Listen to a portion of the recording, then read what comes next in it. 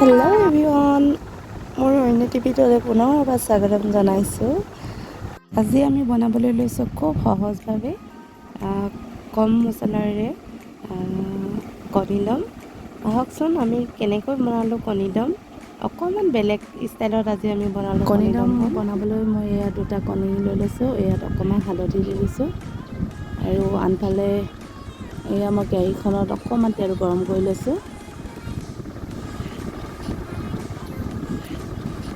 কণীকেইটা এনেকৈ হালধি সানি ল'লোঁ। আজি কণী দমখিনি বনাইছে মোৰ মিষ্টাৰে।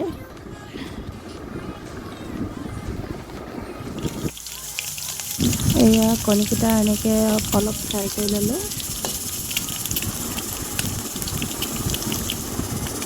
আৰু এতিয়া এনেকৈ কাঢ়ি ল'লোঁ।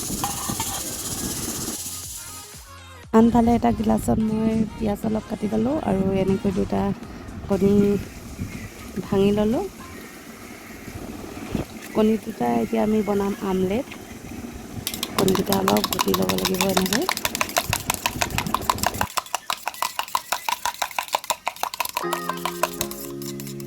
আৰু এখন এনেকৈ পেন পাতি ল'লোঁ আৰু দি দিছোঁ অলপ মিঠাতেল। আমাৰ তেলখিনি গৰম হৈ গ'লে এয়া মই দি দিলোঁ কণীটো। এনেকৈ এটা আমলেট বনাই ল'ম। এয়া আমলেটটো হৈ গ'ল আৰু এনেকৈ জাপি ল'ব লাগিব।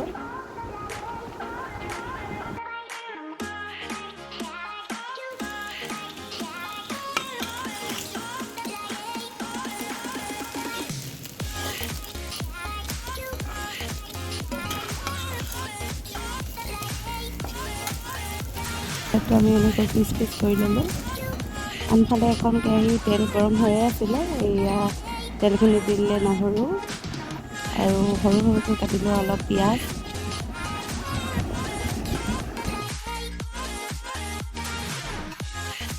এয়া সৰু চামুচে এচামুচ হালধি আৰু তেলতে দি দিছে অলপ নিমখ আৰু এটা বিলাহী এনেকৈ সৰু সৰুকৈ কাটি।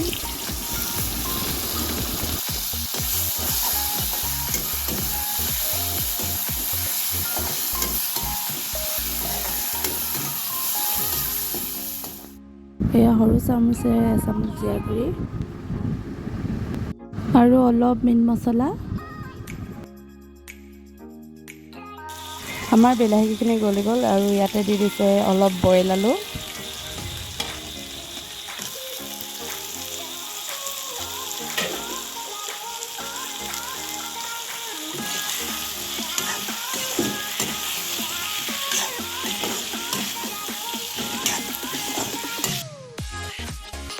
আলুখিনি 3-4 মিনিটমান ভজাৰ পাছত এয়া দি দিলে অলপ পানী।